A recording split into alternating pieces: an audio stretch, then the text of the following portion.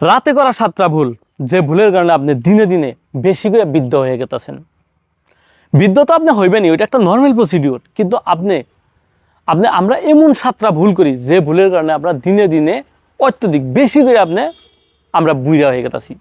তার এক নম্বর কারণ যদি আপনি দেন, তাহলে রাইতে ঘুমানটা লেট করে ঘুমান। রাত 12টার পরে আমরা ঘুমা আসি। রাইতে 12টার পরে ঘুমাইলে কি হয়, আমাকে সেল রিপেয়ারিং প্রসেস চলে রাইতে। হ্যাঁ, দিনে কিছুমান সেল ড্যামেজ হয়, তো রাইতে ওগুলো সেল রিপেয়ারিং প্রসেস চলে।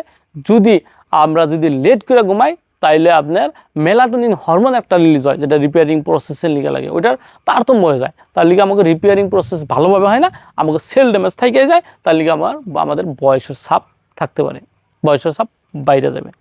2 নম্বর হলো, আমরা রাইতে শুয়ে কী করি? রাইতে শুয়ে অ্যাকচুয়ালি আমরা ম্যাক্সিমামে মোবাইল দেখি। মোবাইলের যেগুলো রেডিয়েশন, ওই রেডিয়েশনটা চোখে খালি সীমাবদ্ধ না, চোখের ভিতরে যে ব্রেনেও যায়। তার লিগে আমাকে মেন্টালিটিরও প্রবলেম হয়ে যায়, আমাকে খঙাল অত্যধিক রাগ হয়ে যায় পট করে, আমরা আরও জ্বালাপোড়া ভাব করে শুনলে ভালো লাগে না, আর ওইভাবে আমাকে বয়সের ছাপ দেখা যায়। 3 নম্বর যেটা কারণ হলো, 3 নম্বরটা হলো রাইতে আমরা হেভি মিল নেই, রাইতে আমরা বেশি করে ভাত খাই। রাইতে অ্যাকচুয়ালি বেশি ভাত খাওয়া লাগে না। অ্যাকচুয়ালি স্টাডিতে দেখা গেছে সন্ধ্যা 5টার পরে আপনি হেভি মিলই করানো লাগে না, কিন্তু রাইতে আমরা ম্যাক্সিমাম লাইট ফুড খাওয়ানো লাগে। হ্যাঁ, তারপরে আপনার 4 নম্বর হলো স্ট্রেস বা দুশ্চিন্তা। আপনি যদি করেন, তাহলে তো রাইতে ডেফিনেটলি আপনার কম ঘুম আসবো। হ্যাঁ, তাহলে তো রাইতে ডেফিনেটলি কম ঘুম আসবো, আর লাহে চোখের তল দিয়ে আপনার কালো দাগ পড়বো। হ্যাঁ, লাহে এনজাইটি ডিপ্রেশনের ওগুলো শিকার হইবেন, আর লাহে বয়সের ছাপ দেখা যাবো। 5 নম্বর যেটা, হ্যাঁ, ভাতের লগে আমরা এক্সট্রা নিমক নিয়ে খাই, এটাও আমাকে খাওয়া লাগে না। কারণ রাইতে ভাতের লগে যদি আমরা বেশি করে নিমক খাই, তাহলে আমাকে প্রেশার বাড়তে পারে। প্রেশার বাইরে আপনার কিডনির ফিল্টার যেটা গ্লুবুলার যেটা ফিল্টারেশন, ওনেও এফেক্ট হয়, কিডনির প্রবলেমও হইতে পারে। তারপর 6 নম্বর হলো সফট ড্রিঙ্কস। কিছু মানে রাইতে ভাত খাওয়ার সঙ্গে সঙ্গে কোল্ড ড্রিঙ্কস খায়। কোল্ড ড্রিঙ্কস খেলেও কী হয়? কোল্ড ড্রিঙ্কস খেলেও আপনার হজমের প্রবলেম হইতে পারে।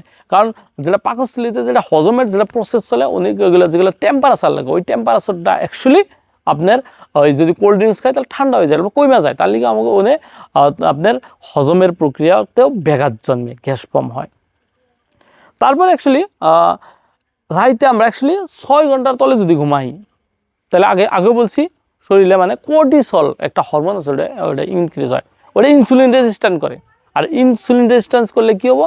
আপনি আসলে আলসি পারবো, আপনার বডি ওয়েট বেড়ে যাবো, আপনি মোটা হয়ে যাবেন। হ্যাঁ, আপনার আলসি হয়ে যাব, তাহলে ওইগুলাও আপনার বয়সের ছাপ দেখাইতে পারে। তার মানে হলো ভাত খাওয়ার সঙ্গে সঙ্গে শুয়ে পড়া। লাস্ট 7 নম্বর, ভাত খাওয়ার সঙ্গে সঙ্গে অ্যাকচুয়ালি শুয়ে পড়া লাগে না। ভাত খাওয়ার সঙ্গে সঙ্গে শুয়ে পড়লে আপনার হজমে ব্যাঘাত জন্ম, বদ হজম হবো, আল্লাহ হলে গ্যাস ফর্ম হবো।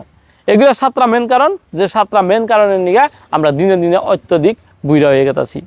আর এগুলো আমরা যত পারি, আপনার কোনটা প্রবলেম আছে, এই 7টার ভিতরে আপনার কোনটা অভ্যাস আছে, আপনার আমার ভিডিওর তলে কমেন্ট করে জানাবেন, আমি ডেফিনেটলি উত্তর দিব। ঠিক আছে, ধন্যবাদ।